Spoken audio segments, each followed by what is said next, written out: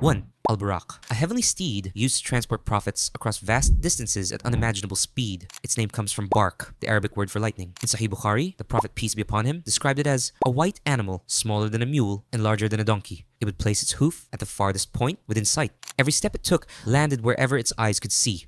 Al-Buraq is not a new creation. Many scholars mention that it had been used by previous prophets. Its most famous duty was carrying Prophet Muhammad, peace be upon him, during the night journey, Isra and Miraj. In a single night, it carried him from Makkah to Masjid al-Aqsa, then ascended through the 7 heavens, where he met other prophets, a creature reserved for the most honored servants of Allah.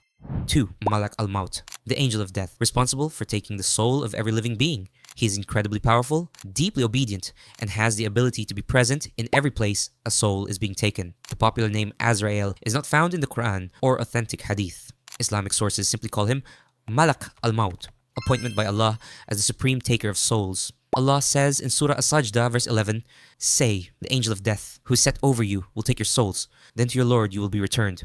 According to authentic narrations, the manner depends on the person. For a righteous believer, the soul flows out gently, like a drop of water from the mouth of a jug. For a sinner, it is pulled out painfully, like wool being ripped from wet thorns. He has visited every prophet, every king, every child, every poor man since the beginning of human history. And one day, he will visit each one of us. The only question is what state he will find us in. 3. The Ababil Birds. The Ababil Birds are flocks of miraculous birds sent by Allah as a divine weapon. Their name in Arabic means flocks, or groups in succession. Each bird was small in size, but carried 3 stones, one in its beak and one in each claw. The stones, called sigil, were made of hardened baked clay, and they had the power to pierce straight through a human body. The background of these birds takes us to the year of the elephant. A king named Abraha marched toward Makkah with a massive army, including war elephants, intending to destroy the Kaaba. No human force could stop him, so Allah sent Ababil. Their duty was to destroy this army completely.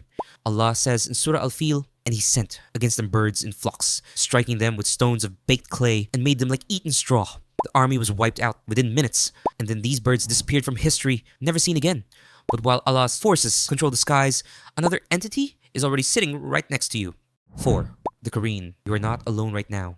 In Islam, every single human being is assigned a jinn from the exact moment of birth until the moment of death. This is the Qareen, your constant companion. It cannot be seen, cannot be heard, but it lives intimately close to you with a terrifying ability to whisper directly into your heart and mind. It plants thoughts, doubts, and sudden temptations. In fact, the Prophet, peace be upon him, confirmed this in Sahih Muslim. There is not one of you except that a companion from the jinn has been assigned to him. Its duty is to push the human towards sin, away from worship, and toward forgetfulness of Allah.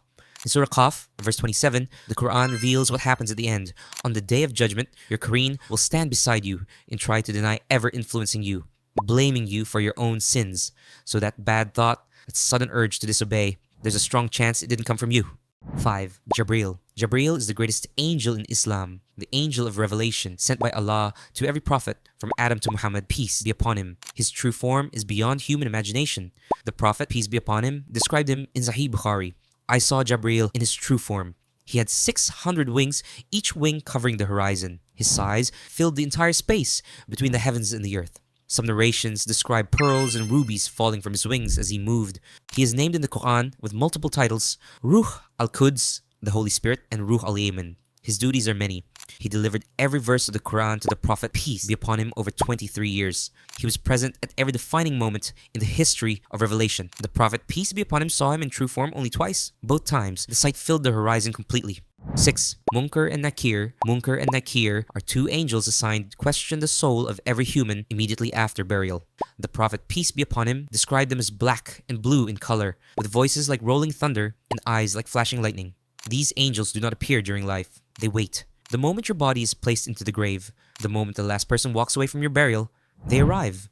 Their duty is to set the soul upright and ask 3 precise questions. Who is your Lord? What is your religion? Who is this man who was sent to you? A true believer answers easily, but a disbeliever stutters, "I do not know. I heard people saying something, so I said it too." Based on those answers, the grave either expands into a window of paradise or tightens until the ribs are crushed. No human escapes this. Every single soul will face them. 7. Dabbat al-Ard, the beast of the earth, a massive creature that will emerge from the ground as one of the major signs of the day of judgment, enormous in size, capable of speaking clear human language, and travels across the earth. Allah says in Surah An-Naml, verse 82, "And when the word befalls them, we will bring forth for them a creature from the earth, speaking to them. Its emergence happens when humanity has fallen into deep corruption, when belief has weakened, and when the signs of Qiyamah are unfolding rapidly. Its duty is to mark every human being on earth. Believers will receive a shining mark on their face, and disbelievers will be marked with black. But the most chilling detail is this: the moment the beast appears, the door of repentance closes forever. Whatever faith a person has at that moment is the faith they die upon. And before the beast appears, an even greater trial will already be walking the earth. 8. Al-Jassasah. One of the strangest, most unnerving creatures in authentic Islamic history. Its name comes from the Arabic word jassa, meaning to gather information. It is a spy, but it doesn't look human. It is a massive, slow-moving beast covered in hair so unbelievably thick and dense that you cannot even tell its front from its back. And most shockingly, it speaks in a clear, human language. In Sahih Muslim, narrated by the companion Tamim ad-Dar, he and a group of sailors were lost at sea when a storm pushed them onto an unknown island. There, they encountered this beast, which spoke to them and directed them toward a chained man inside a nearby monastery. The Prophet, peace be upon him, later confirmed this entire incident, making it part of authentic Islamic belief. Its duty is to gather information about the world from its hidden island, and the chained man it was guarding, he is on this list, and you'll meet him very soon. 9. Ad-Dajjal. Ad-Dajjal is the false messiah, the greatest trial that will ever face humanity before the day of judgment. He will appear as a young and strong-built man. His right eye will be blind. Between his eyes, the word kafir will be clearly written, visible to every true believer. He will travel the earth at unimaginable speed, except Makkah and Medina, which the angels will protect. Already created, already alive, already waiting. As for his powers, allowed by Allah only as a test, the Prophet, peace be upon him, said in Sahih Muslim, there has been no trial since the creation of Adam greater than the trial of the Dajjal. He will command the sky to rain and the earth to grow crops. He will appear to bring the dead back to life. He will carry with him a fake paradise and a fake hell, but in reality, they are reversed. His duty is to test humanity to its absolute limit. He will eventually be killed by Prophet Isa at the gate of Lud. And after he's killed, an even larger force is already scratching at a sealed wall. 10. Yajuj and Majuj. Yajuj and Majuj, known in English as Gog and Magog, are two violent tribes of human descent, locked behind a sealed wall, waiting to be released near the end of the times. They are terrifying, described as countless in number, extreme in violence, and unmatched in destruction. The righteous king Dhul-Qarnayn traveled the earth and found peaceful people being destroyed by these tribes, so he built a massive wall of iron and molten copper, sealing them behind it. Allah says, so they were unable to scale it, nor could they bore through it. Their emergence will happen near the end of the times, after Dajjal. The Prophet, peace be upon him, described their numbers in Sahih Muslim. The first of them will pass the lake of Tiberias and drink from it. And when the last of them passes, he will say, there used to be water here once. Their duty in the divine plan is the final wave of trial, until Allah himself sends small worms that enter their necks and kill every single one of them in a single night.